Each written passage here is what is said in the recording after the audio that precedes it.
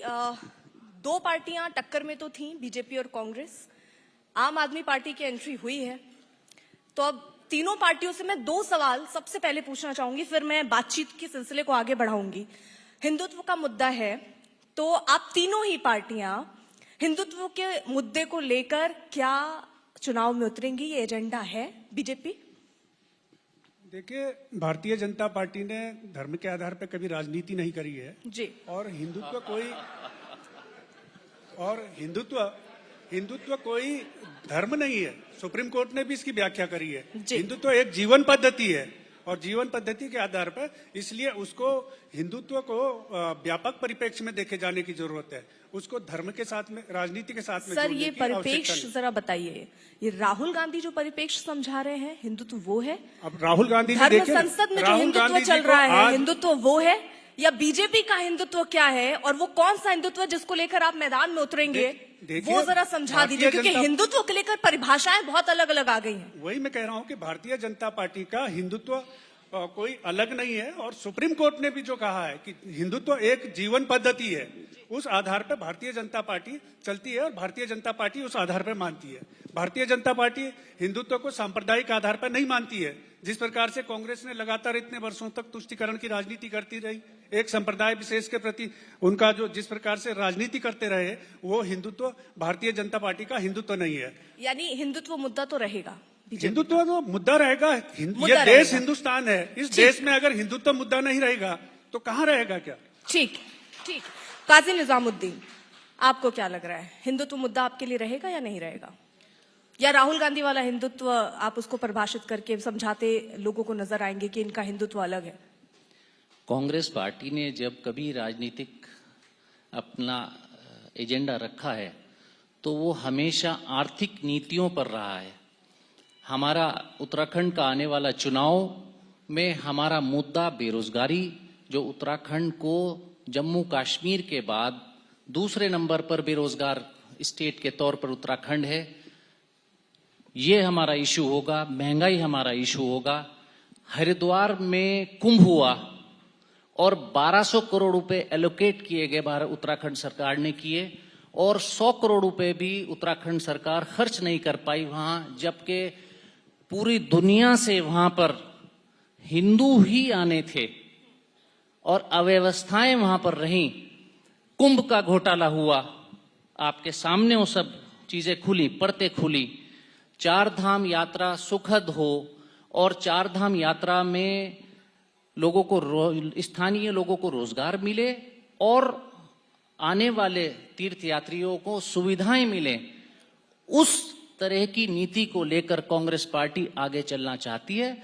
ये भावनात्मक विषयों को लेकर कांग्रेस ना कभी चली है और ना कभी चलेगी। दिनेश जी, देखिए, हमारा ये मानना है कि धर्म जो है या हिंदुत्व जो है वो किसी भी व्यक्ति का पर्सनल एस्पेक्ट है। भाई, मैं हिंदू हूं, मैं पूजा करता हूं, मंदिर जाता हूं, भगवान में मेरी आस्था है, ये मेरा पर्सनल विषय है। कम से कम मेरा हिंदू धर्म तो किसी से नफरत करना नहीं सिखाता, जो कि अभी तक भाजपा ने हिंदू धर्म के को लेके की है या हिंदुत्व को लेके की है। तो मेरा यह मानना है कि धर्म जरूरी है, लेकिन धर्म का मतलब है सही होना। धर्म कभी भी आपको नफरत नहीं सिखाता, लेकिन जो पिछले दिनों पूरे देश में राजनीति और धर्म के ऊपर जो राजनीति भारतीय जनता पार्टी कर रही है, भाई को भाई से लड़ा रही है, धर्म को धर्म से लड़ा रही है, वो मुझे लगता है इस देश की केवल ना अब नुकसान कर रहे हैं, बल्कि ये पीढ़ियों का नुकसान कर रहे हैं, जो आने वाले टाइम में ये देश भुगतेगा। क्योंकि जो ये नफरत के बीज आज ये बो रहे हैं और जो नफरत की खेती आज ये कर रहे हैं, ये इनके लिए तो हो सकता है कि सत्ता प्राप्ति का साधन हो, लेकिन मुझे लगता है कि ये केवल कुछ लोगों का नहीं, पूरे देश का नुकसान है जो भारतीय जनता पार्टी कर रही है इस टाइम। अजेंद्र अजय जी, सीधा आरोप तो यही है कि ये नफरत की फसल उत्तराखंड में बोई जा रही है। देखिए, ये तो नए नए हैं, इनसे क्या तो क्या सवाल किया जा सकता है, लेकिन है तो सबसे पहले धर्म की राजनीति की अगर हम बात करें तो कांग्रेस से बड़ा गुनाहगार इस देश में कोई हो नहीं सकता है, जिसने देश का विभाजन धर्म के आधार पर कर दिया। देखिए, दिक्कत इतना बड़ा गुनाह इन्होंने किया है। भारतीय जनता पार्टी धर्म के आधार पर की बात करेगी, किया है। कांग्रेस केवल मुसलमानों की बात करेगी, इंसान की बात कौन करेगा? इस देश के विकास की बात कौन करेगा? रोजगार की बात कौन करेगा? ये देखने का विषय। अच्छा, एक चीज मेरा इसमें काउंटर सवाल दिनेश जी आपसे। आपने कहा कि विकास की बात कौन करेगा, आम आदमी की बात कौन करेगा?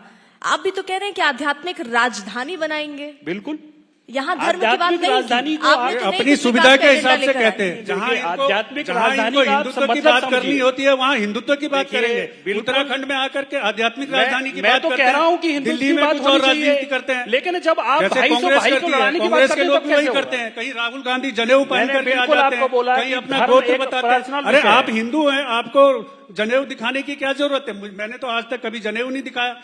मंदिर में पूजा करता हूं, पंडित पूछता है गोत्र क्या है, तब बताते हैं। लेकिन आपको सार्वजनिक रूप से गोत्र बताने की, जनेऊ दिखाने की क्या जरूरत है? इसका मतलब है आपके मन में कहीं ना कहीं कुछ गलत फहमियां हैं। आपके जो आपकी सोच है, जो आपके मंशा है, वो ठीक नहीं है, स्पष्ट नहीं है। नहीं है क्या ऐसा काजी जी? मंशा स्पष्ट नहीं है, क्योंकि ये मैं- कहा जाता है कांग्रेस के लिए कि कांग्रेस के अंदर भी दो खेमे हैं। एक खेमा जो राहुल गांधी जब जनेऊ धारण करते हैं तो उससे खुश हो जाते हैं, और एक खेमा है जो कहता है नहीं, जो अल्पसंख्यकों का मुद्दा था, कांग्रेस को उसी के आधार पर पार्टी आगे बढ़नी चाहिए। आपको लगता है कि अभी कांग्रेस ही नहीं तय कर पा रही है कि धर्म का एजेंडा जैसे बीजेपी चुनकर आगे बढ़ रही है, कांग्रेस को भी वही चुन लेना चाहिए, या अपने ही एजेंडे पर रहना चाहिए जो कांग्रेस का पहले एजेंडा रहा है? कांग्रेस पार्टी, आप भाजपा से भी आरोप लग रहा है कि कांग्रेस पार्टी धर्म के आधार पर राजनीति करती है। इसी उत्तराखंड की बात करूंगा, मैं बाहर निकलना नहीं चाहूंगा क्योंकि आज हम उत्तराखंड के परिप्रेक्ष्य में यहां बैठे हैं। केदारनाथ के मौजूदा विधायक कांग्रेस के एमएलए कांग्रेस से हैं। क्या कोई शक है आपको अजय भाई? वहां धर्म की राजनीति अगर कांग्रेस मुसलमान की राजनीति करती तो केदारनाथ में विधायक कैसे जिताती? आज हरिद्वार नगर निगम के मेयर जो पूरे, ऐसा नहीं है यहां पर के पार्षद नगर निगम के मेयर चुनते हैं, हरिद्वार नगर निगम का मेयर कांग्रेस से हैं। वो वहां जबकि हमारे नगर विकास मंत्री हरिद्वार प्रॉपर से थे, उस समय उनके कैंडिडेट को हराकर, बीजेपी के कैंडिडेट को हराकर नगर निगम हरिद्वार के कैंडिडेट मुसलमान, वो मेयर हैं, क्या मुसलमान हैं की बेस पर जीते वो? कैसे आप जनता के निर्वाचन पर आप आरोप लगाएं? ये कदापि सही नहीं। हम इस प्रदेश को उस मॉडल पर ले जाना चाहते हैं जिस मॉडल पर पंडित नारायण दत्त तिवारी ने इस उत्तराखंड में नींव रखी थी, जहां फैक्ट्रियां जबरदस्त तरीके से हों, विप्रो भी है, हिंदुस्तान यूनिलीवर लिमिटेड भी है, टाटा भी है, और तमाम बड़े बड़े ब्रांड्स यहां पर हैं, और युवाओं को रोजगार मिले, प्रदेश को राजस्व मिले और खुशहाली हो। हम ऐसे किसी मॉडल की तरफ अपने उत्तराखंड प्रदेश को नहीं ले जाना चाहते जहां नफरत के कांटे बोए जाएं। प्यार मोहब्बत यहां इस प्रदेश में होना चाहिए। आपको 70 साल मिले हैं देश में राज करने में, आप वो मॉडल क्यों नहीं तब ला पाए? और तुष्टीकरण की जो राजनीति है वो कांग्रेस ने ही शुरू करी है। मैं इस पर देश के बारे में आप बहुत बता रहे हैं, मैं आपसे पूछ लूं कि मध्य प्रदेश में अगर मुसलमानों की संख्या देखें तो मुश्किल से 3 या 4% होगी। अभी तत्कालीन सरकार जो इलेक्ट जनता ने की थी वो कांग्रेस को इलेक्ट किया था। 4% मुसलमानों की राजनीति कर कर क्या 96% लोग इलेक्ट कर लेंगे कांग्रेस को? कैसी बातें कर रहे हैं आप? राजस्थान में 9% मुसलमान है, क्या 91% लोग कांग्रेस की सरकार इलेक्ट कर लेंगे? पंजाब में 2-3% मुसलमान है। एक तो मैं आपसे एक रिक्वेस्ट करूंगा, मैं ना शॉर्ट ऑफ आइडियाज हूं, ना मैं शॉर्ट ऑफ वर्ड्स हूं अपनी पार्टी की तरफ से। मैं आपसे रिक्वेस्ट करूंगा, अगर आप शॉर्ट ऑफ आइडियाज और शॉर्ट ऑफ वर्ड्स होगा, वही एक दूसरे की बातों को बोलते हुए शोर भी जोर से भी बोलेंगे और बीच में भी बोलेंगे। ना बीच में बोलिए ना जोर से बोलिए, क्योंकि जोर से बोलने से कोई फर्क नहीं पड़ेगा। अपने माइंड पावर का इस्तेमाल कीजिए, लंग पावर का इस्तेमाल मत कीजिए। बोलिए आप। ये मेरी रिक्वेस्ट आपसे। तो मैं और प्रदेशों की भी दूं। अभी सिंगल लार्जेस्ट पार्टी गोवा के चुनाव जो पिछले हुए थे उसमें कांग्रेस आई थी। कितने % मुसलमान है वहां? नॉर्थ ईस्ट में कितने मुसलमान हैं? पंजाब में कितने % मुसलमान हैं? आप बार बार जो मुसलमानों की राजनीति करने का आरोप कांग्रेस को लगाते हैं, तो क्या इन प्रदेशों में मुसलमानों के बल पर कांग्रेस की सरकार बनी? 4% भी मुसलमान नहीं मध्य प्रदेश में, और मुश्किल से 2%, 3%, 2% मुसलमान पंजाब में होंगे। कितने प्रतिशत मुसलमान हैं वहां पर, छत्तीसगढ़ में कितने हैं। तो ये आप जनता सब समझती है और विकास पर वोट देगी और काजी निजामुद्दीन। उसी की यहाँ पर बात कीजिए। ठीक, विकास की अगर बात आप कह रहे हैं, विकास का जिक्र होना चाहिए, तो कांग्रेस के प्रदेश अध्यक्ष गणेश गोदियाल को गणेश अवतार में कौन लाया? मतलब श्री गणेश का नारा तो आप भी दे रहे हैं, जय श्री राम के बदले। ये श्री गणेश और ये देखिए पॉलिटिकली जब मंच पर एक लाइटर ह्यूमर में, हल्के में ये बातें अक्सर होती हैं। मेरा नाम निजामुद्दीन है, अक्सर कह देते हैं और कैसा चल रहा है आपका निजाम। तो अब मैं क्या ये निजाम से जोड़ दी गई बात है? निजाम ये नॉर्मली नाम से अक्सर जोड़ दी जाती हैं, ये लाइटर वेन में, हल्के ह्यूमर में, पॉलिटिकल मंचों से ये एक बातें बात सदा। अब नारायण दत्त तिवारी जी थे तो हमारे नारायण आ गए, कई बार कही गई ये बात। अब क्या इसको ऊपर के नारायण से जोड़ दी जाएगी? ये हल्के ह्यूमर में ये बातें होती रही हैं, होती रहेंगी और ये पॉलिटिकली हल्के। जय श्री राम का नारा भी क्या ऐसा है, ये कांग्रेस अगर कुछ भी बोले, वो श्री गणेश बोले तो वो सांप्रदायिकता नहीं, वो हिंदुत्व की बात नहीं है। बीजेपी बोलेगी जय श्री राम बोले तो वो उसमें सांप्रदायिकता तो ये आ जाती बताइए ना है। निजाम आप साहब बोलिए कि ना, आप आखिरकार यहाँ इनके देखिए, जय श्री आप राम ये को आप सुनिए, हिंदुत्व से क्यों आपको जोड़ देते हैं और श्री राम, अपने जय आप को श्री ह्यूमर, हमने- उनके आप जय श्री अपने राम को को ह्यूमर के तौर पे श्री राम से हमने- जोड़ने में क्यों दिक्कत हमने- होती है? हमने- कांग्रेस को अपने को श्री राम से जोड़ने में क्या क्यों दिक्कत होती है? वो अपने को बाबर के साथ में मेरे को क्यों लगता जोड़ती है है? पूरी की पूरी बहस जो इंडोनेशिया, है वो केवल इसी पे हो रही है। इंडोनेशिया हमने- प्रदेश की बात कोई करके तैयार नहीं है, केवल जय श्री राम और हमने उसकी बात कभी हो रही नहीं, है। हमने मुझे लगता मुझसे है पूछ कि- रही थी अभी, हमने कभी, हमें इनके एजेंडे पर बात करने की, इनके मुद्दों पर बात करने की हमको न टाइम न फुर्सत। हम हमेशा जब बात करेंगे उत्तराखंड में, हमें तो चिंता है बेरोजगारी के दर की, हमको चिंता है उत्तराखंड की बंद होती फैक्ट्रीज की, हमको एक बड़ी चिंता है कि अभी से पीछे वाला सेशन पूर्व मुख्यमंत्री महोदय का था। पूरे 5 साल विधानसभा में हो गए, 4 साल हो गए उत्तराखंड की विधानसभा में, और हमको ये आवाज उठाते उठाते उत्तराखंड के मुख्यमंत्री ने कब प्रश्नकाल ही नहीं हुआ विधानसभा में। ऐसी व्यवस्था विधानसभा के अंदर स्थापित की, लोकतंत्र का गला घोंटने की बात करते हैं। इस बात की हमको चिंता है कि जवाबदेही भी नहीं है उत्तराखंड की सरकार की, डेमोक्रेटिक सिस्टम में, सेटअप में, ये पार्लियामेंट्री डेमोक्रेसी का गला घोंटने की बात कर रहे हैं। हमें इन बातों की चिंता है जिन बातों पर के चर्चा ही नहीं हुई। 50 के लगभग विभाग उत्तराखंड के मुख्यमंत्री के पास हैं। इन बातों को, ऑक्सीजन की कमी यहाँ हॉस्पिटल्स में है, डॉक्टर्स और पैरामेडिकल स्टाफ की कमी यहाँ है, वेंटिलेटर्स ये बताते हैं कि 1400 वेंटिलेटर इनके पास हैं, और एक भी उस वेंटिलेटर इस समय चलने की स्थिति में नहीं है, क्योंकि उनको चलाने के लिए पोस्ट ग्रेजुएट्स नहीं है, एमबीबीएस डॉक्टर वेंटिलेटर नहीं चला सकते। हमें इन सवालों की चिंता है भारतीय जनता पार्टी से, हम इन चिंताओं को लेकर जनता के बीच में जा रहे हैं। ठीक है, दिनेश जी आप भी अपना सवाल रखिए, फिर मैं उनसे जवाब लेती हूँ। आप कह रहे हैं विकास के मुद्दे पर बात नहीं करते। आम आदमी पार्टी ने क्या ऐसा एजेंडा या ऐसी आगे की रणनीति तय की है कि अगर आम आदमी पार्टी को यहाँ पर सत्ता मिलती है, जिसकी संभावना बीजेपी और कांग्रेस दोनों इनकारेगी इस वक्त यहाँ बैठ के, लेकिन अगर ऐसा होता है तो क्या एजेंडा विकास का देखिए, आपका है? हम बिल्कुल क्लियर कट एजेंडा के साथ विकास के, शिक्षा के, स्वास्थ्य के, रोजगार के मुद्दों के साथ जनता के बीच में जा रहे हैं। और हमारा जिस तरीके का दिल्ली मॉडल है, और जब जिन मुद्दों को हमने जनता के बीच में दिल्ली में काम करके दिखाया है, उन्हीं विषयों के साथ हम उत्तराखंड में भी जा रहे हैं। और ये देख के अच्छा लग रहा है कि अब अन्य पार्टियां भी मजबूर हैं उन मुद्दों पे बात करने के लिए। अन्यथा जो अभी पिछले 10 मिनट में आप देख रहे हैं कि भारतीय जनता पार्टी और कांग्रेस का केवल एक एजेंडा है कि जनता की बात ना की जाए, केवल धर्म और धर्म की बात करते रहो, पूछने की जरूरत ही ना पड़े किसी को कि विकास हो रहा है नहीं हो रहा, रोजगार मिल रहा है नहीं मिल रहा, केवल इस धर्म की बात की जाए। तो मेरा ये मानना है कि आम आदमी पार्टी जिन मुद्दों के साथ जा रही है, उस लोग उन मुद्दों को अप्रिशिएट कर रहे हैं, उनके साथ जुड़ रहे हैं। जैसे हमने शिक्षा की बात की, स्वास्थ्य की बात करी, रोजगार की बात करी, बिजली की बात करी, पानी की बात करी, मुझे लगता है लोग इसके साथ अटैच फील कर रहे हैं। और मुझे लगता है कि आम आदमी पार्टी को लेके जो गलतफहमी कांग्रेस और भारतीय जनता पार्टी की रही है, दिल्ली में भी थी, अन्य राज्यों में भी थी, वो गलतफहमी बनी रहनी चाहिए। ये तो रिजल्ट्स बताएंगे कि कौन क्या करेगा। आप टक्कर में मान रहे हैं आम आदमी पार्टी की जो एंट्री हुई है उसे? हमारे या आपकी मुस्कुराहट बहुत कुछ कह रही है। हमारे यहाँ एक मिसाल है, भेड़ की लात घुटनों तक।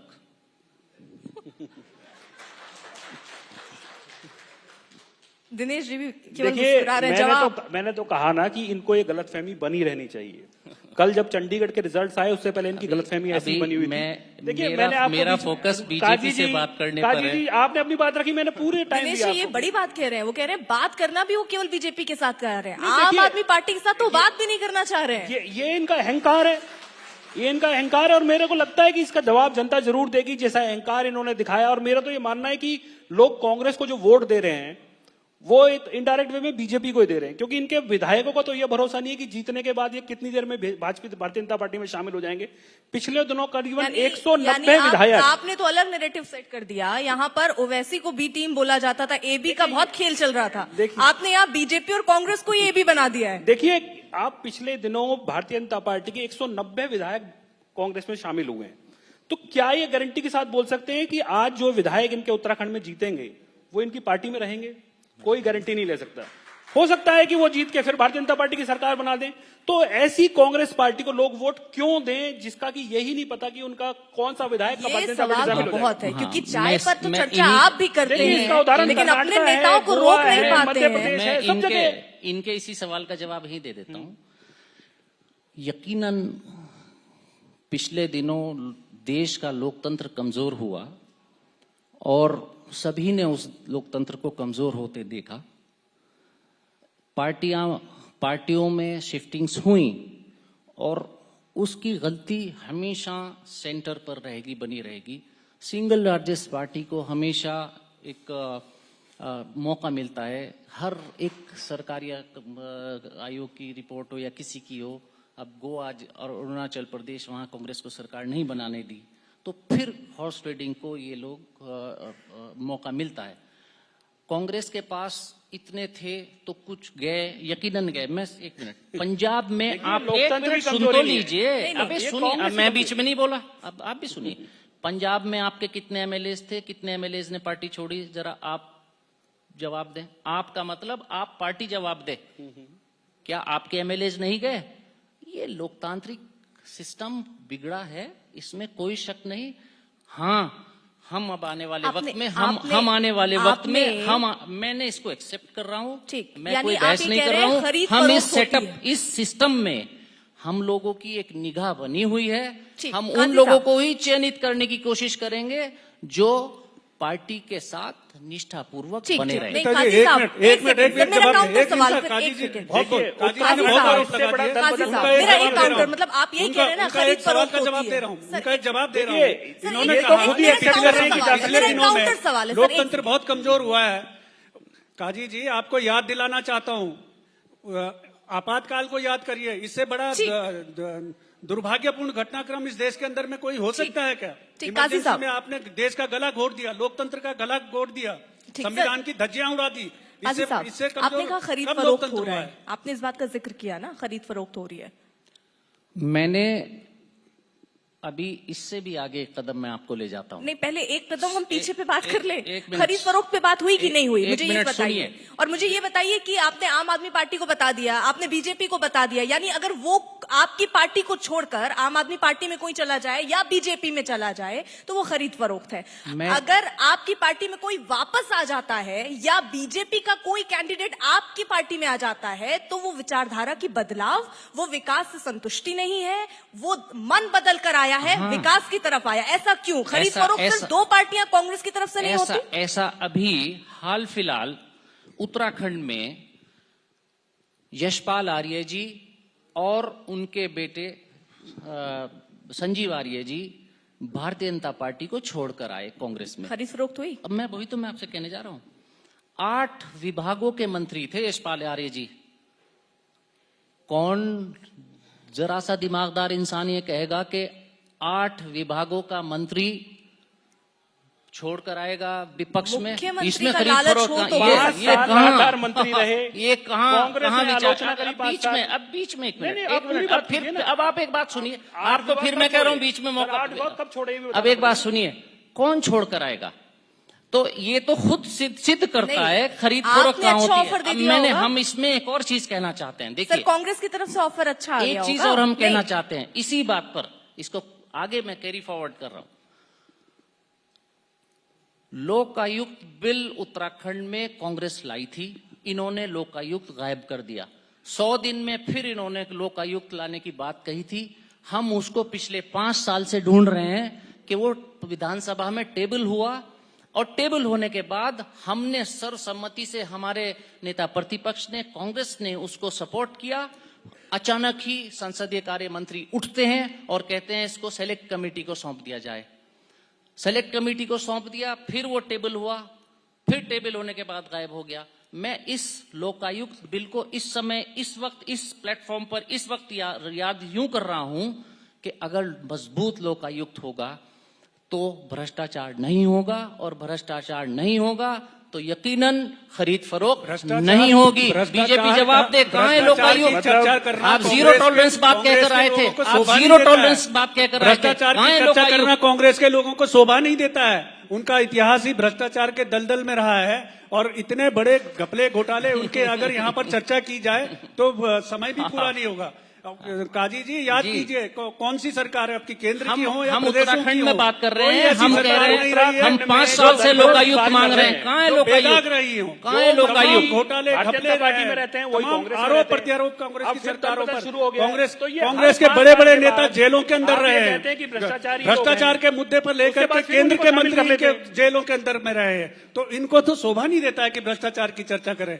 इनके प्रदेश में आप देखिए, केदारनाथ आपदा में इतना बड़ा, इतनी बड़ी त्रासदी में, इतनी बड़ी त्रासदी में कांग्रेस के लोग राजनीति करते रहे, वहां घपले घोटाले हुए। केदारनाथ में जवाब देने का पुनर्निर्माण के नाम मौका पर देंगे। इतना बड़ा अब एक चीज भ्रष्टाचार, अगर देखिए प्रदेश आप। की बात कर रहे हैं नहीं, तो आपने इतना मुद्दा भ्रष्टाचार का छेड़ दिया। बीजेपी के पास मौका है। एक चीज देखिए, आपने आप भ्रष्टाचार की बात करी तो मैं जवाब वो दें। दे रहा आदि जी, एक हूँ। मिनट। केदारनाथ आपदा के बाद सारी दुनिया ने देखा है वहां पुनर्निर्माण कार्यों में किस तरीके से घपले घोटाले जवाब हुए। दें, जवाब दूं? मैं इसमें कुछ बोला, मैं ये पूछना चाह रहा हूँ अजीत जी, केवल इतना बता दीजिए कि जो 5 साल जो मंत्री रहे आप और पहले ये 5 बताइए साल काजी आप साहब, उनका उनका विरोध सवाल करते लेंगे कि रहे। नहीं लेंगे आप? क्योंकि जी, आप आदमी मैं पार्टी को सब तो जवाब- सुनना मैं नहीं सब- चाहते। आपको ये लगता है कि 5 साल आप उनके खिलाफ विधानसभा में बोलते रहे, उन मंत्रियों के खिलाफ। आज 5 साल वो लूट मचाने के बाद आज वो लोग आपकी पार्टी में शामिल हो रहे हैं, और आप उनका खुल के स्वागत करें कि 8 विभाग उनके पास थे और उन्होंने कुछ नहीं किया। NH 74 में किसका नाम है आपको भी पता है। आपके मुख्यमंत्री ने उनके आरोप लगाए, लेकिन आज वो स्वच्छ हो गए, साफ हो गए। क्यों? क्योंकि आज आप उनको शामिल कर रहे हैं अपनी पार्टी में। ऐसे ही कांग्रेस जब होती है तो जब 5 साल उन्होंने 7 मंत्री ज्वाइन करा लिए, तो दल बदल उत्तराखंड का सबसे खतरनाक उदाहरण है कि जो मंत्री कांग्रेस की सरकार में मंत्री रहते हैं वही मंत्री फिर भारतीय जनता पार्टी की सरकार में मंत्री रहते हैं। तो फिर कैसे जनता विश्वास करे कि भारतीय जनता पार्टी और कांग्रेस अलग अलग हैं? ठीक, आज भी तो वही हो रहा है। अब आप सबसे मजेदार बात समझिए। इस वक्त उत्तराखंड में कांग्रेस की मजबूती का हाल आपको इस बात से अंदाजा हो जाएगा कि बीजेपी और आप पार्टी दोनों एक तरफा, एक दम एट ए टाइम मुझसे, कांग्रेस के यहाँ पर मैं मेंबर के तौर पर बैठा हूं, तो मुझसे धड़ाधड़ सवाल पूछ रहे हैं। खुद जवाब देने के मूड में नहीं, क्योंकि गवर्नमेंट में तो आप हैं, लेकिन सवाल मुझसे पूछ रहे हैं और दोनों मिलकर पूछ रहे हैं। तो मेरी मजबूती का है अंदाजा इस बात से लगाइए आप। पहली बात, पॉलिटिकली मैं मजबूत हूं। अब आपको मैं केदारनाथ त्रासदी की बात करता हूं। जब हरीश रावत जी मुख्यमंत्री बने तो केदारनाथ त्रासदी से उत्तराखंड ग्रस्त था। 4 धाम यात्रा ठप थी, और उत्तराखंड की लाइफलाइन है 4 धाम यात्रा। यहां पर रोजगार करती है, और जब 2017 तक 4 धाम यात्रा सुचारू कर दी गई थी, लगभग पूरा उत्तराखंड उस त्रासदी से ग्रस्त था, और 4 धाम यात्रा चालू की गई और सुचारू रही। अब मैं 5 साल में अर्पिता जी, यहाँ पर काजी जी के भाषण सुनने अब तो आप आए हम, अपनी बात अपनी कह रहे हैं, फिर आप कोई उन्हीं बात को बोलते हैं कि समय देते बीच में बोलना तो कोई अक्लमंदी नहीं ना। मैं फिर एक बात कहता हूं कि भावनात्मक विषयों से हमें बाहर निकलना पड़ेगा। किसानों के सवाल हमें पूछने पड़ेंगे। 5 साल हो गए उत्तराखंड में सिंचाई व्यवस्था पर, 1 मिनट मैडम, 5 साल से सिंचाई पर 1 रुपया उत्तराखंड में खर्च नहीं हुआ। बीजेपी सवाल का जवाब देगी। मैंने विधानसभा में सवाल पूछा, उत्तराखंड में 600 नहरें इस समय ऐसी हैं जो पिछले 5 साल से बंद हैं। प्रधानमंत्री जी की एक महत्वाकांक्षी योजना आई थी जिसमें उन्होंने पूरे देश के लिए 65,000 करोड़ रुपए रखे थे। PMKSY, प्रधानमंत्री कृषि सिंचाई योजना, और ये कहा था कि सब प्रदेश अपनी सिंचाई योजनाएं बंद कर दें, PMKSY से उनको पैसा मिलेगा और सिंचाई प्रणाली दुरुस्त की जाएगी। PMKSY में 5 साल में उत्तराखंड को 1 पैसा नहीं मिला। क्यों? Double engine. क्यों? सिंचाई व्यवस्था ठप है और किसान की आमदनी आप दुगनी करने की बात करते हैं, किसान के साथ आप धोखा करते हैं। 5 साल हो गए, आपने गन्ने का भाव नहीं बढ़ाया, आपने जो क्षेत्रीय यहां पर हमारे उत्पाद हैं उनकी कोई आपने खैर खबर नहीं ली। तो आप नैरेटिव को जनता के नैरेटिव रखिए, किसान का मुद्दा रखिए, बेरोजगारी रखिए, महंगाई रखिए, भावनाओं में मत भाइये। भावनाओं से पेट नहीं भरेगा। नौकरियां निकालिए। 5 साल से काजी साहब हो गए होता क्या है? केंद्र में अभी हम लोगों ने उत्तराखंड में बैठे भारी हैं, बहुमत के साथ में सरकार बीजेपी की है, इसलिए आप कह रहे हैं बेरोजगारी का मुद्दा, रोजगार का मुद्दा, कृषि का मुद्दा, किसानों का मुद्दा, ये क्यों नहीं है? जहां जहां आपकी सरकार है, यानी कांग्रेस पार्टी की सरकार है, जब आप बैठे होते हैं तो सवाल तो वहां आपसे भी उठते हैं, क्योंकि वहां पर भी आपने क्या किसानों के लिए इतना कुछ कर दिया और राज्यों में, क्योंकि वो अभी आप आधिकारिक तौर पर नहीं, आप उत्तराखंड पर हम चर्चा कर रहे हैं तो उसी पे बात कर रहे हैं, लेकिन सवाल तो सरकार में यही होता है। वो तो बताना पड़ेगा डबल इंजन में क्या क्या किया। वो तो बताना जब पड़ेगा। हम विपक्ष में हैं तो हम ये सारे मुद्दों पर बात करेंगे, सरकार में है तो ये 70 सालों तक मैं तो आपसे रामराज कायम दिल्ली के बारे में बात कीजिए, उत्तराखंड के बारे में बात कीजिए, जो क्वेश्चन करना वो करिए। अब मेरे से मैं तो सवाल चाहता हूं किया दिल्ली तो के मैं बारे में जवाब बात हो। दूंगा ना। नहीं, अभी मेरा सवाल मैं अजेंद्र जी से पूछना चाहूंगी। सवाल मुझसे किया, जवाब तो लीजिए। हाँ सर, जल्दी अब से, एक क्योंकि बात, मुझे अजेंद्र जी हाँ, से सवाल है ना जी। अब आप मेरे एक चीज समझिए। पहली चीज, राजस्थान में या अब 1 मिनट सुने तो सही, आप सुनिए, एक तरफा मत बोलिए। जहां मेरी पार्टी की सरकार है, अगर मेरी पार्टी की वहां कमी है तो इसका मतलब वहां की विपक्ष नालायक है। वहां पूछिए सवाल आप। मैं जागरूक विपक्ष हूं, मैं आपसे सवाल पूछूंगा, आपको मेरे सवालों के जवाब देने पड़ेंगे। आपके वहां लोग सही नहीं है। अजेंद्र जी, सरकार के तौर पर भी आप कमजोर और विपक्ष के तौर पर भी आप कमजोर। सुनिए, मैं और आपको कहता हूं, ये प्रचंड बहुमत की, 1 मिनट, प्रचंड बहुमत सरकारें हैं तो भी उनके रामराज है। सुनिए, सुनिए, मुझसे सवाल किया मेरा जल्दी से, क्योंकि समय की कमी, मैं अजेंद्र जी से एक सवाल लेना मुझसे चाहती हूँ। सवाल, 10 सेकंड में उत्तराखंड में कंप्लीट भी कीजिए, बहुत 10 समय सेकंड आपको में मिला है। उत्तराखंड में भी ऐसा नहीं कि सरकार में नहीं रहे हैं, दो बार इनको सरकार में तो फिर इंजन क्यों बदलते जा रहे हैं आप, ये तो बताइए। तब 3 इंजन बदल दिए, डबल इंजन में 3 इंजन बदल अजेंद्र चुके जी, हैं आप। अब मेरा सवाल ले लीजिए। डबल इंजन का परिणाम दिख रहा है, उत्तराखंड में दिख रहा है। जब तो उत्तराखंड में रोज इंजन बदल देते हैं आप कल्पना जब तो कर सकते 3 हैं मुख्यमंत्री दे कि दिया आपने। ऋषिकेश से कर्णप्रयाग तक रेल लाइन का सपना जो अंग्रेजों के समय से जो यहाँ की जनता ने देखा था, अरे आज पूरा आप 5 काम गिना दीजिए जो इस प्रदेश की सरकार ने किए हैं और उन 5 कामों के ऊपर आप चुनाव लड़ लीजिए, पता लग जाएगा आपको। आपको पता लग जाएगा कैसा चुनाव है। गढ़वाली में आप केवल ये बात नहीं करेंगे कि उत्तराखंड में क्या गढ़वाली किया, में केवल हिंदू की बात करा लीजिए, गढ़वाली में एक बात पाकिस्तान की कहते हैं, करा बारात लीजिए। का बराती को पौना, ये तो 5 कौन बारात के मेहमान हैं, ये बारात में आए हैं, बारात जैसे ही समाप्त केवल होती है 5 चले काम बता जाएंगे, दीजिए। इनसे तो कोई बात ही नहीं है। ठीक है अजेंद्र जी, क्योंकि देखिए आप भू कानून अध्ययन समिति से भी जुड़े हुए हैं, आपने ये कई बार कोशिश की कि उन जगहों पर जहां पर एक समुदाय के लोग आकर बस जा रहे हैं, वहां पर आप कोशिश कर रहे हैं कि उनको किसी तरह हटाया जाए, अगर मैं गलत नहीं हूं। किस तरीके की योजना उसके लिए है? और सबका साथ सबका विकास की जब आप बात करते हैं, कुंभ का इतना भव्य आयोजन होता है, वहीं पर कलियर शरीफ दरगाह है, उसके लिए क्यों नहीं सोचते? तब सबका साथ सबका विकास क्यों नहीं दिखता? देखिए, भू कानून का जो विषय है बहुत गंभीर है और इस प्रदेश की संस्कृति, इस प्रदेश की परंपराओं, इस प्रदेश के इतिहास से जुड़ा, इसके जो धार्मिक महत्व है, इससे जुड़ा हुआ विषय है। और इस विषय पर मैं सोचता हूं कि जितने भी राजनीतिक दल है, बाकी राजनीतिक दल भी है, उनको इस पर राजनीति नहीं करनी चाहिए, क्योंकि मुझे नहीं लगता है कि कोई भी इस बात से असहमत होगा कि किसी प्रदेश की संस्कृति, उसकी परंपराओं, सभ्यता, संस्कृति से उसको संरक्षण के लिए प्रयास नहीं किए जाने चाहिए। कांग्रेस के नेता हरीश रावत जी उत्तराखंडियत की बात करते हैं, तो उत्तराखंडियत की बात करते हैं तो उनसे मैं, कांग्रेस के बैठे हैं, उनसे मैं पूछता हूं कि वो उत्तराखंडियत कौन सी है? वो उत्तराखंडियत में अगर हरीश रावत जी डरते हैं सीधे सीधे बोलने में, वो भू कानून को लेकर या भू कानून बदला किसने? जो सारे विषय हैं आप उनको केवल ये लेकर बता के दीजिए जिन भू कानून मुद्दों को बदला लेकर के किसने? हम बोल रहे हैं उसको भू लेकर के कानून में वो छूट बोलते किसने हैं, दी है? लेकिन उत्तराखंडियत की बात वो मतलब जो करते हैं तो उसमें उनका छिपा एजेंडा त्रिवेंद्र यही है। रावत सरकार में भू कानून में छूट दी गई। दिनेश जी कि एक कोई मिनट भी मुझे बोलने व्यक्ति दीजिए, कितनी भी फिर जमीन बोलिएगा। खरीद सकता है। आपको मौका मिलेगा, अब आप कह रहे बोलिएगा। हैं हम विरोध करते हैं, अरे तो क्यों आपको नहीं मौका भू कानून में मिलेगा, चेंज करते? सुनिए मैं बता, सुनिए मतलब तो एक इससे मिनट, ज्यादा बात सुनिए। दोगलापन नहीं हो सकता कि अरे एक आपने ही विधानसभा में भू कानून में छूट दी जिससे बाहर के लोग जमीन खरीद सकें और उसकी वजह से यहां पर भू माफिया पनपा। और ये मानते हैं, चैनल्स पे मानेंगे, मीडिया पे मानेंगे भू कानून गलत है, हमें बदलना है, लेकिन बदलेंगे नहीं। क्यों नहीं बदल रहे? आप बदले ना। दिनेश जी किसने मैं मना क्या किया? कह रहा हूं आपको, सत्तावन आप यहाँ सीट का सुनिए, बहुमत है यहाँ आपके पास, सुनिए, क्यों नहीं बदलते अभी? आप यहाँ सुनिए, करेगी सरकार, सरकार ने करेगी, समिति, 5 साल बीत गए। सरकार ने समिति आचार संहिता बनाई बनने है। के बाद करेंगे आप। अरे सरकार ने समिति बनाई है, निर्णय लेगी समिति जल्दी से बनती जल्दी। रहेगी और 5 मैं साल ये तक। कह रहा हूँ 5 राजनीति साल मत में करिए अभी आप। तक ये तय कर नहीं पाए मैं कह रहा हूँ कि भू कानून राजनीति मत हटना है कि करिए। लगना है।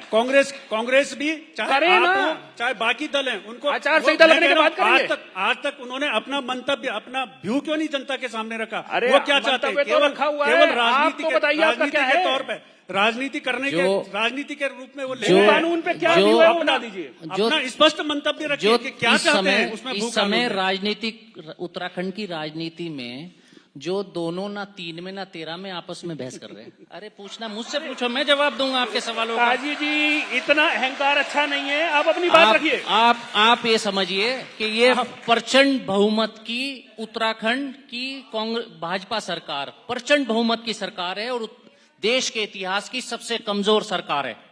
प्रचंड बहुमत की सबसे कमजोर सरकार दी इस बीजेपी की गवर्नमेंट ने। इन्होंने इस देश के, इस प्रदेश के जनता ने जो मैंडेट देकर भेजा उसका इन्होंने मजाक बनाया और उस मैंडेट का इन्होंने दुरुपयोग किया।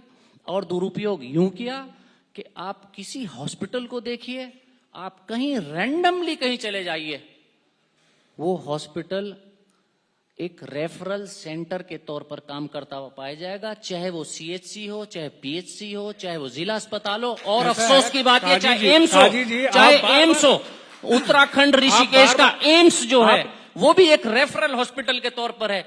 वहां इमरजेंसी में कोई इलाज नहीं हो भारतीय रहा। जनता पार्टी की सरकार ने देखिए, एम्स जाइए जैसा देखिए, इतना बड़ा महत्वपूर्ण आपको मैं एक पिन पॉइंट बता रहा हूं आपको मैडम, एक एम्स मैं आपको एक पिन पॉइंट बता रहा हूं। उत्तराखंड के एम्स में जाइए आप, वहां पर दीवारों पर लिखा है कि यहां पत्थर गिर रहे हैं, कृपया दूर रहिए। अपना वीडियो कैमरा भेजकर देखिए, वीडियो कैमरा वाला भेजकर देखिए, वीडियोग्राफी करा लीजिए उसकी। जो ट्रॉमा सेंटर है, मैं पिन पॉइंट कर रहा हूं, ट्रॉमा सेंटर की दीवार से पत्थर गिर रहे हैं, बचकर चलो।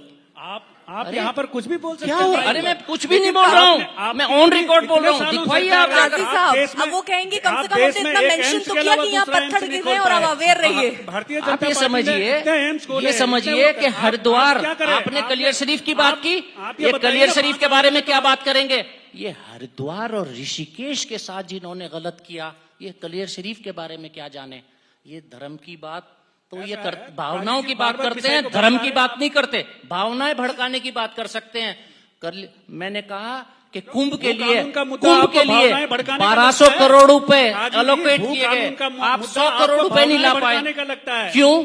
उत्तराखंड की गवर्नमेंट का जितने भी 5 साल के बजट हैं, 5 साल के बजट जितने भी हैं, कानून का मुद्दा भावनाएं भड़काने का मुद्दा नहीं है। 5 साल के जितने बजट हैं कांग्रेस का उसमें रेवेन्यू कलेक्शन। उस पर स्पष्टता आनी चाहिए। भू कानून बहुत ये महत्वपूर्ण बोल मुद्दा है। चुके हैं तो फिर मैं बोलूं। आप जब बोल चुकेंगे, मैं मैडम जब ये बोल चुकेंगे मैं जब बोलूंगा, बीच में नहीं बोलूंगा। आप बार बार मुद्दा भटका रहे हैं, इसलिए मैं कह रहा हूं भू कानून का मुद्दा भावनाएं भड़काने का कहाँ है? आप कहिए कि ये भावनाएं भड़काने का मुद्दा है, भू कानून लागू नहीं होना चाहिए, उसमें सख्त प्रावधान नहीं होना चाहिए। जो डेमोग्राफी, जो पर्वतीय क्षेत्रों की डेमोग्राफी चेंज हो रही है वो चिंताजनक नहीं है। 2 अंतर्राष्ट्रीय सीमाओं से जुड़ा हुआ क्षेत्र है, बहुमत तो आपके पास है। नेपाल और चाइना से जुड़ा हुआ क्षेत्र है, बदलेगी। राष्ट्रीय सुरक्षा से जुड़ा हुआ महत्वपूर्ण मुद्दा है। अगर उस क्षेत्र की डेमोग्राफी चेंज होती है, अरे बहुमत इनके पास है, क्यों नहीं बदलते? बदले तो सही। देश के लिए खतरा पैदा होगा। आप नॉर्थ ईस्ट में लेकर जम्मू कश्मीर तक देखिए, जहां भी डेमोग्राफी चेंज हुई, जहां हिंदू अल्पसंख्यक नहीं, अजेंद्र जी, मैं आप एक सेकंड, काजी साहब ने एक सीधा सवाल ये कहा कि यहाँ पर अस्पतालों की स्थिति बहुत खराब है। आप मानते हैं ऐसा है? देखिए ऐसा है। नहीं, आप मानते हैं ऐसा है या नहीं है? आप गए हैं निरीक्षण करने या नहीं गए? नहीं नहीं, मैं नहीं मानता हूँ। मैंने पहले एम्स से तक बहुत के बारे सुधार में हुआ कहा है। कि खाली- नहीं, हमारी वहाँ सरकार पोस्टर ने- वोस्टर लगे हैं कि यहाँ हमारी- पत्थर गिर रहे हैं। हमारी सरकार एम्स ने ऐसे बहुत चलेगा सुधार सर? किया है। इतने डॉक्टरों की भर्ती पिछले 5 सालों में भी है, जितने की पूरे अब तक पूरे जब से राज्य गठन हुआ है तब से नहीं हुई है। आप आंकड़े देखिए। एक विषय इसमें आगे देता हूं हंसने से नहीं होता है। मैं ये आंकड़े पूछ रहा हूं उठाइए, इनसे आंकड़े देखिए। कि हाजी जी आप- बहुत अच्छा बोल रहे आंकड़े हैं वो कि जी 10 आंकड़े स्वास्थ्य तो व्यवस्था किसी खराब है। आंकड़े से छिप नहीं सकते। एक मिनट, किसी एक मिनट, से। मैं आप अपनी बात देखिए रखूं। पिछले 5 सालों में कितने आप चिकित्सकों ये की भर्ती बताइए हुई कि है। कांग्रेस की कोरोना के सरकार भी तो समय 10 साल में रही। कोरोना की जो चर्चा 10 कर साल रहे थे, बीजेपी कोरोना की के सरकार समय रही। में प्रदेश सरकार ने अगर और केंद्र स्वास्थ्य सरकार ने व्यवस्थाएं लगातार खराब किस है तरीके से- तो उसके लिए 10 साल कांग्रेस की सरकार भी तो उतनी जिम्मेवार है जितनी भारतीय जनता पार्टी जिम्मेवार है। 10 साल कांग्रेस भी रही है, 10 साल भारतीय जनता पार्टी भी रही है। 10 साल में आपने क्यों नहीं किया वो बता दीजिए। दूसरा, 1 मिनट मेरे को बात रखने दीजिए। अरे एक सवाल मिनट। ले लेने दीजिए। दूसरा, जब ये कह रहे हैं कि रेफरल सेंटर बने हुए हैं तो कहां के लिए रेफर करते हैं वो भी बता दीजिए। मैं 1 मिनट, 1 मिनट। दिल्ली के लिए सवाल रेफर करते पूरा हैं। क्यों करते हैं दिल्ली के लिए रेफर? क्योंकि वहां की स्वास्थ्य व्यवस्थाएं अच्छी हैं। अब आप देखिए, अल्मोड़ा में अगर कोई बीमार हो जाएगा तो पहले उसे बोलेंगे जी रेफरल कर दीजिए अल्मोड़ा जिला में, अल्मोड़ा जिला रेफरल हो जाएगा। फिर व्यक्ति को कहते हैं कि यहां नहीं इलाज हो रहा, फिर आप हल्द्वानी ले जाइए, फिर हल्द्वानी ले जाएंगे। फिर वहां से कहेंगे जी यहां से भी नहीं हो सकता इलाज, इसको दिल्ली ले जाइए। मेरा ये मानना है कि ये रेफरल सेंटर कब तक बने रहेंगे? अगर जवाब इलाज चाहिए तो दिल्ली जैसी स्वास्थ्य व्यवस्था यहां लानी पड़ेंगी। लीजिए। मैं वो धीरे धीरे मैं उनका देता हूं प्रचार सवाल। भी चल रहा है। हाँ, मैं देता हूं सवालों के जवाब। देखिए, पहले तो भू कानून आप बहुत कई बार उस पर मुझे पिन पॉइंट कर चुके। मेरा सवाल बीजेपी से यह है कि आप 5वें साल में आकर आचार संहिता लगने में चंद दिन बाकी हैं और आज भी आप केंद्र में भी आप, प्रदेश में भी आप, क्या आपका राजस्व मंत्री मैं था जो मैंने आपका कहना नहीं माना?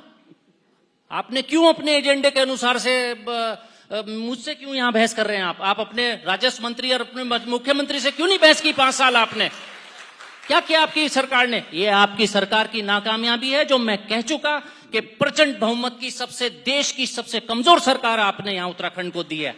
आपने मैंडेट को काशी साहब, अपमान किया। दूसरा, दिनेश हॉस्पिटल्स जी की ने सवाल, दिनेश भाई दिनेश जी ने ये भी सवाल किया कि मैं भाई दिनेश भाई आपकी के- भी सरकार पिछले रही, मैं उत्तराखंड की तरक्की तब सुने, तो बहुत ऊपर होनी सुने, चाहिए। मैं जवाब दे रहा सिर्फ हूं। उनको प्रचंड बहुमत मैं- मिला और वही नाकाम मैं रहे। उस सवाल का कांग्रेस जवाब- की नाकामी भी स्वीकार्य मैं है जवाब सर। दे रहा हूं उस बात का।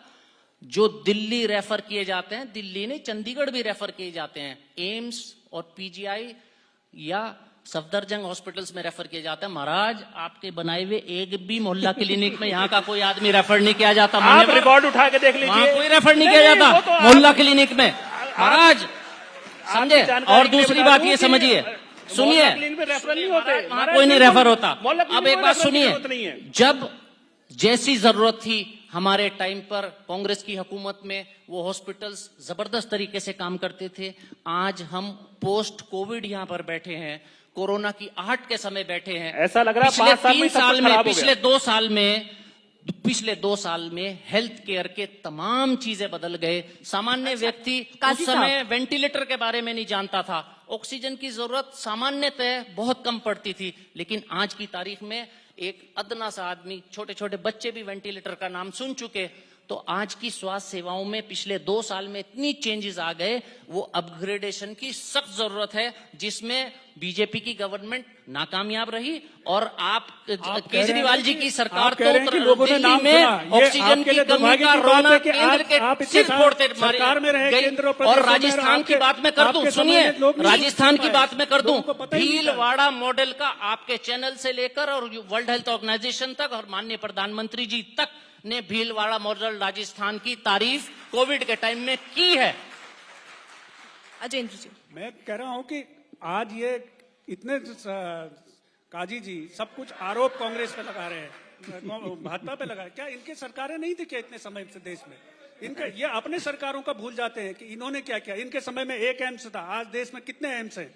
कितने? जिस एम्स के पत्थर गिर रहे हैं। और सर देश नहीं, बात उत्तराखंड पंचायत का माहौल बना है। उत्तराखंड के विकास की बातें गिना दीजिए ना, दीजिए आप उनको 5 कड़ी काम जवाब। गिना दीजिए कि इन 5 कामों ये पे हम दिनेश जी वोट भी मांग बार रहे हैं। बार पूछ रहे हैं, गिना दीजिए 5 पांच ऐसे काम विकास गिना के दीजिए काम, आप। उत्तराखंड के कौन से मैंने ऐसे विकास के काम है? अरे आप केवल 5 काम गिना दीजिए।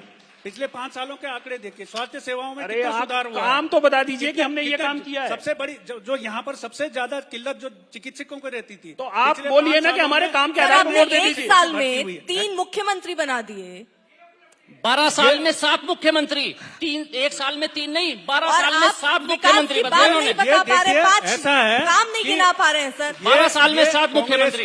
कांग्रेस को कम से कम हमको ये नसीहत देने की और उनको ये बोलने की जरूरत नहीं है। अच्छा, अब आरोप और कांग्रेस के अंदर प्रत्यारोप क्या से हो रहा है समय आप कम है। देखिए ना, अजेंद्र परसों जी, हरीश रावत जी ने आरोप क्या किया, प्रत्यारोप से थोड़ा अभी ऊपर 2-3 बात कर दिन लेते पहले हैं, हरीश क्योंकि रावत बहुत जी ने सारे क्या उत्तराखंड किया। के निवासी यहाँ पहुंचे। कांग्रेस सर, की एक जब सेकंड। सरकार थी, एक जब सेकंड, कांग्रेस की अजेंद्र जी, सरकार थी, है उस समय थोड़ा हरीश सा रावत जी रुकिए क्या सर, कर रहे थोड़ा थे? सा जो रुक मुख्यमंत्री जाइए। उनके सर, रहे, थोड़ा- तिवारी जी रहे हो या ठीक, विजय सर, भोगना जी थोड़ा रहे हो, सा- हरीश रावत जी तब क्या कर रहे थे? जी, यहाँ तो अब टक्कर चल रही है कि काजी साहब इतना बोल गए तो अब आप कम कैसे बोलेंगे। मेरा सवाल आपसे, देखिए अभी आरोप प्रत्यारोप बहुत, इन्होंने बता दिया सरकार नाकाम है, आपने कहा कांग्रेस ने कुछ नहीं किया, लेकिन वर्तमान में सवाल तो बीजेपी से पूछे जाएंगे। मैं करना भी बताऊंगा एक मैंने सेकंड क्या सर, किया, काजी मेरी साहब, गवर्नमेंट ने एक क्या किया। एक सेकंड, आप मुझे जरा ये गिना दीजिए जल्दी से, क्या ऐसे विकास के काम है, क्योंकि जवाबदेही सर आपकी बनेगी। और इस समय मैं ये नहीं जानना चाह रही हूँ कि कांग्रेस ने क्या नहीं किया, मैं ये जानना चाह रही हूँ कि बीजेपी ने क्या किया। मैंने यही तो आपको बताया कि पिछले 5 सालों में जो स्वास्थ्य के क्षेत्र में खास करके इतनी जो चिकित्सकों के खास करके पर्वतीय क्षेत्रों में बहुत दिक्कतें रहती हैं। पिछले 5 सालों में सर काम गिनाइए, दिक्कतें तो बड़ी गिनाई रिकॉर्ड रहे संख्या में डॉक्टरों की एक भर्तियां की हॉस्पिटल गई का हैं। नाम बता दीजिए और जहाँ आंकड़े हैं। चिकित्सक पूरे अरे हों। आंकड़े हैं, एक काजी जी, आप हॉस्पिटल का देखिए नाम। ना। जी, दिक्कत वरना मत मैं गिनाइए, गिनवाता हूँ सरकार है आप। जहाँ देखो, विपक्ष नहीं हर है, क्षेत्र कमी में है। हर क्षेत्र में काम हुआ है, ऐसा नहीं हुआ। हर क्षेत्र, सर ये तो कोरोना- वो वाली बात हो गई, हर क्षेत्र, लेकिन क्षेत्र मुझे पता नहीं है, लेकिन ये हर भी बता रहे क्षेत्र में करा विकास क्या? हुआ है और क्षेत्र ही नहीं पता कहाँ विकास हुआ। तो बताइए नहीं, मैं अगले सवाल की तरफ पहला बढ़ूं। काम तो मैं गिनवा देता हूँ इनका, पुलिस परिवारों के, पुलिस विभाग के परिवार हड़ताल पे बिठा दिए। देश में पहली बार ऐसा हो रहा है। ये कारनामा है आपकी सरकार का कि पुलिस वाले भी हड़ताल करने के बारे में सोच, पुलिस के परिवार आप उस स्ट्राइक मुद्दे कर पर रहे हैं, देखिए, धरने पुलिस दे को रहे लेकर के हैं। ये कारनामा है संवेदनशील इनकी मुद्दा सरकार है, का। उस पर राजनीति मत करिए। बेरोजगारी स्तर पुलिस को आपका लेकर सर्वोच्च के है, ये पुलिस को- कारनामा और है आपकी सरकार सरकार उसको का। निपटा रही है। ठीक। मुख्यमंत्री जी ने उस पर आश्वासन दिया है। ठीक है, एक तो फिर काम मेरा नहीं है। ठीक सिंगल काम नहीं गिना पाइए। ठीक है, जल्दी से काजी साहब मेरा एक समस्या सवाल बताइए। आपसे, देखिए, क्योंकि आप दूसरी बहुत बात खुलकर चीजों दूसरी पर बात बोल ये रहे है, हैं। मुझे दूसरे दूसरे मुद्दों को लेकर के चर्चा डिबेट में बुलाया गया था, इसलिए मैं